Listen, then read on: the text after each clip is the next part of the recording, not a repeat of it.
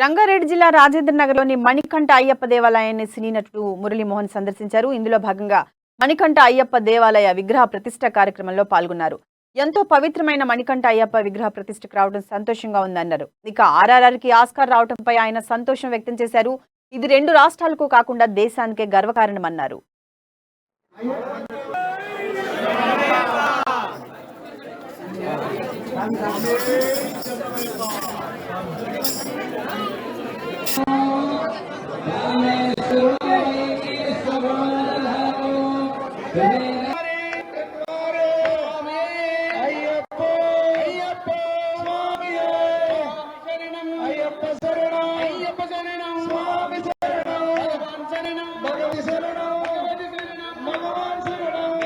ఈ రోజున విగ్రహ ప్రతిష్ట, నేత్రదానం, నేత్ర దర్శనం అన్నీ కూడా ఈరోజు జరిగినాయి.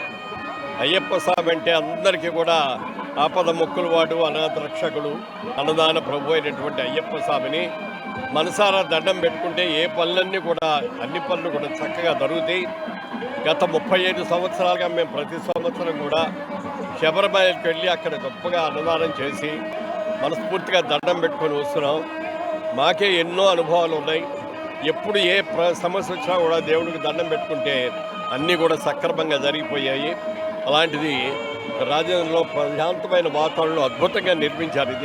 ఇక్కడికి అందరూ కూడా భక్తులు రావాలని మనస్ఫూర్తిగా దేవుడికి దండం పెట్టుకొని మీ ఆశీస్సులు అది కూడా పొందాలని మనస్ఫూర్తిగా కోరుకుంటున్నాం.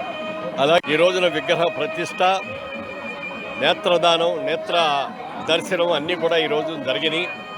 అయ్యప్ప స్వామి అంటే అందరికీ కూడా ఆపద